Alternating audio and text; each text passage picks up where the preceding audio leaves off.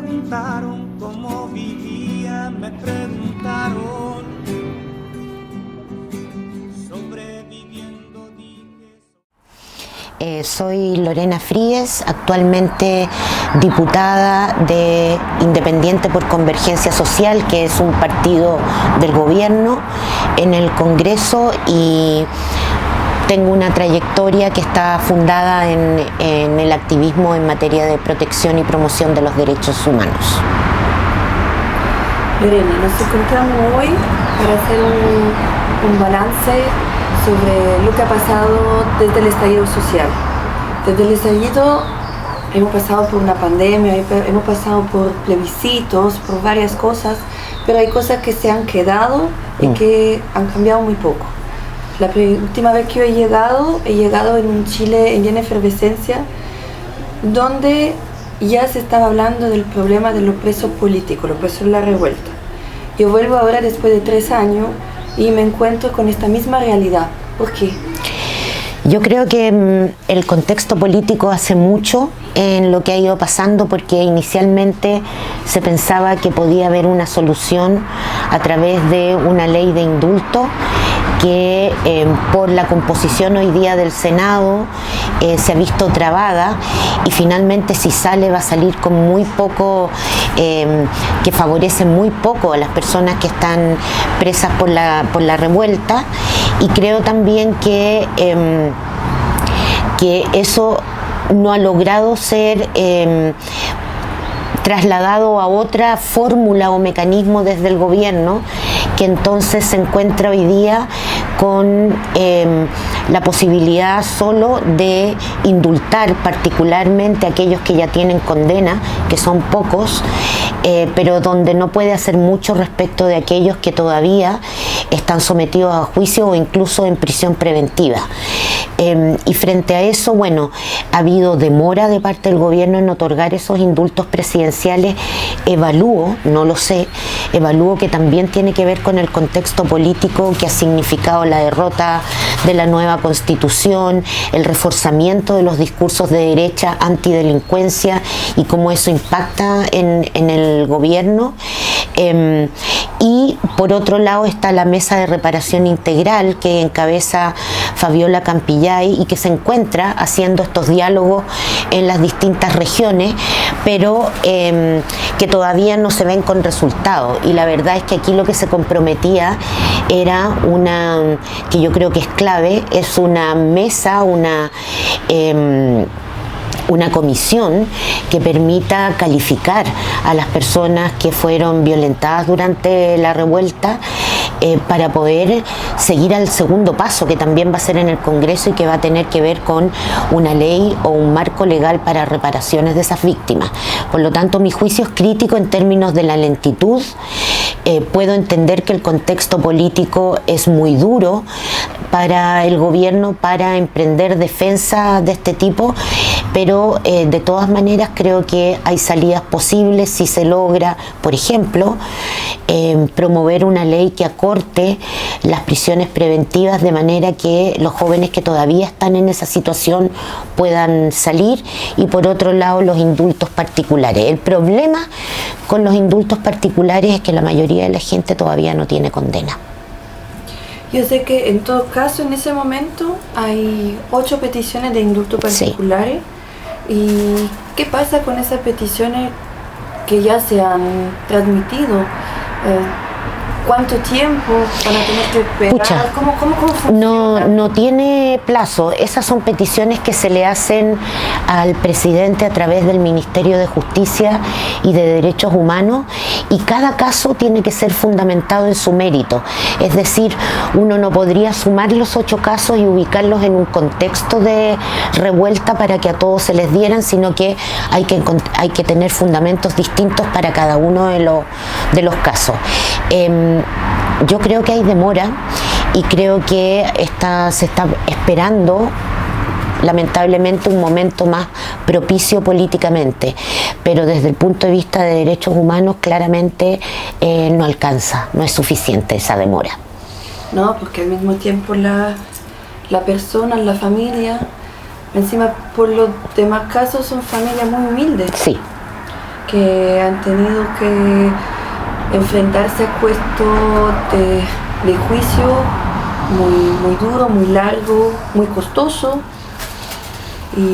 y no siempre respetando el debido proceso, que también creo que es una de las causas que invalida varios de los juicios que hay, o jóvenes que han pasado más tiempo presos que si se les hubiera aplicado una condena ya estarían libres o se les podría haber aplicado una multa. Entonces uno ve que el aparato estatal efectivamente funcionó como una máquina para castigar a los jóvenes que fueron parte de la revuelta. Y hoy en día, con todo lo que está pasando con los secundarios, hay un riesgo que esos mismos jóvenes se enfrenten en situaciones parecidas a lo que están viviendo ahora los presos políticos de la revuelta. Yo creo que sí lo hay y que ese riesgo está desde mi punto de vista porque no ha habido un cambio profundo en la policía chilena, principalmente en Carabineros. Todavía estamos recién empezando con un proceso de reforma que va a ser resistido obviamente por el mundo de la policía. Recordemos que Carabineros no ha sufrido reformas desde el 90 en adelante, por lo tanto su cultura sigue siendo una cultura de un ejército versus un adversario, y en ese contexto la conflictividad social, más que ser un dinamizador de la democracia, pasa a ser un enemigo de la democracia.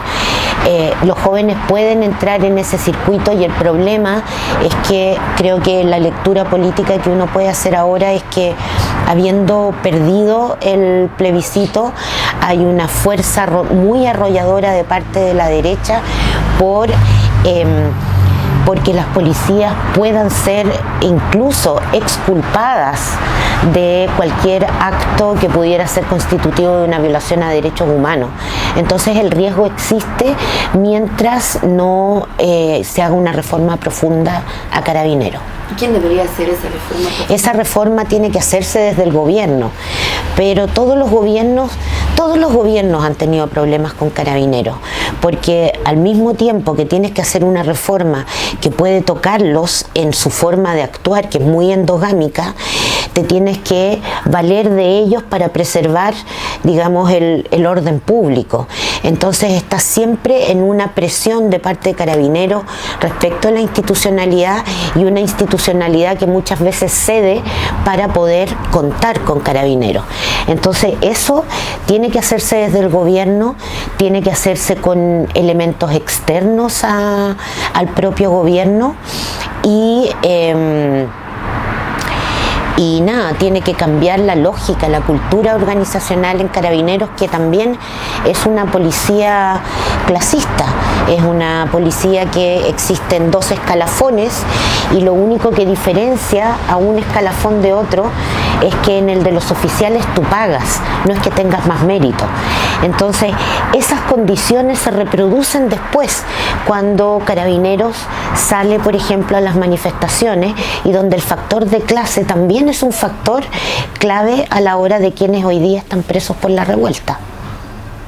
A mí me ha llamado en todo caso mucho la atención porque yo estaba en la plaza durante el estallido, así que he vivido las represiones de Carabineros Sí. en ese momento, y hoy regreso en la plaza y regresé el lunes y me de nuevo he enfrentado con mucha menos gente, eso hay que decirlo, la movilización ha disminuido mucho, Sí, pero la cantidad de Carabineros no ha disminuido. así es, Y la represión tampoco. así es. Y mi pregunta era de quién decide de reprimir, quién al final da la orden, si viene del gobierno, de dónde viene la decisión de reprimir a un pueblo que ahora ya ha disminuido encima de una enorme cantidad. Este lunes realmente no veía el porqué de esa represión. Esa orden, y es uno de los problemas que hay con la policía, es una definición que se hace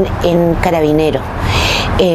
Lo que se establece desde el gobierno civil es, por ejemplo, el cuidado del perímetro o ciertos operativos en general, pero la operativización de eso es de Carabineros. Y uno de los problemas que yo veo en Carabineros es justamente que esa dependencia del poder civil es prácticamente una dependencia administrativa y no política.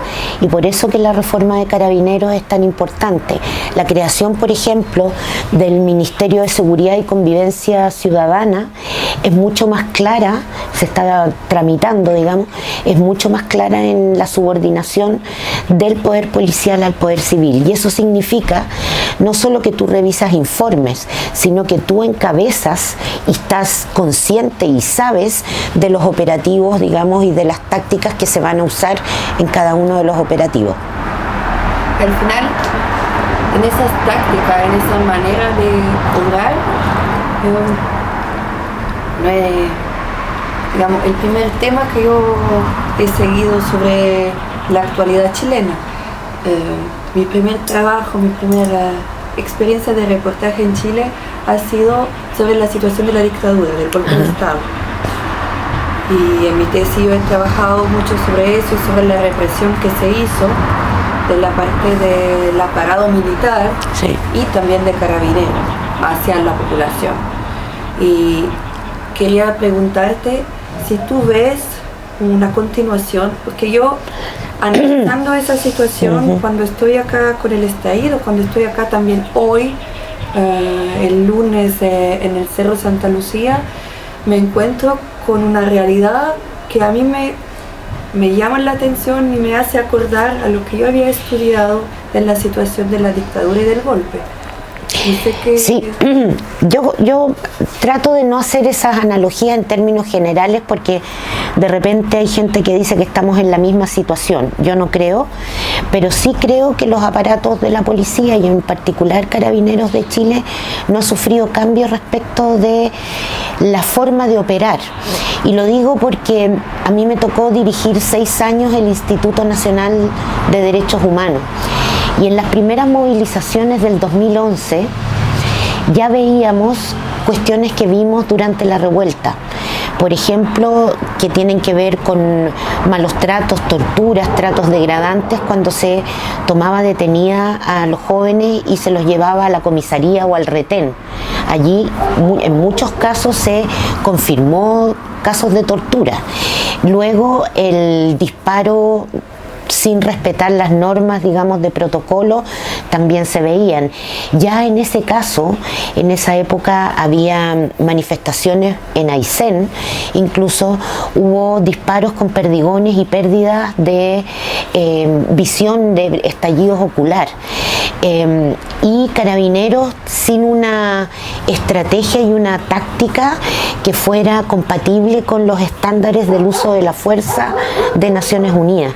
Y eso lo empezamos nosotros a informar anualmente, lo que nos llevó a muchos problemas con Carabineros.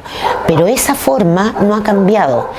Y por más que incluso se elaboran protocolos que yo creo que no debieran elaborarlos los propios Carabineros, debieran ser materia de ley, esos protocolos en la práctica tampoco tienen una bajada. Por lo tanto, tú tienes en el papel quizá todo bien puesto y luego en la práctica a Carabineros que o no están bien capacitados para saber cuándo sacan un arma, cuándo no, qué arma usan, etcétera, o tampoco reciben una formación que les haga poner por delante su rol y su rol en la protección de los derechos humanos de las personas. Entonces, en ese sentido, se mantiene. Ahora, también se mantiene en el imaginario de la población, porque en esas manifestaciones entre el 2011 y el 2016 íbamos a la comisaría a constatar el estado de las personas detenidas como instituto y los padres, madres, hermanos que esperaban fuera, su imaginario era que los iban a detener y los iban a desaparecer. Entonces todavía hay mucho en juego de lo que fue la dictadura en el imaginario colectivo de los chilenos y las chilenas. Sí, que esa presión, ese miedo que ellos tienen no viene de nada tampoco. Así es. No, viene de lo que han visto, y lo que han visto es que no ha cambiado la situación de la policía. Muchas gracias.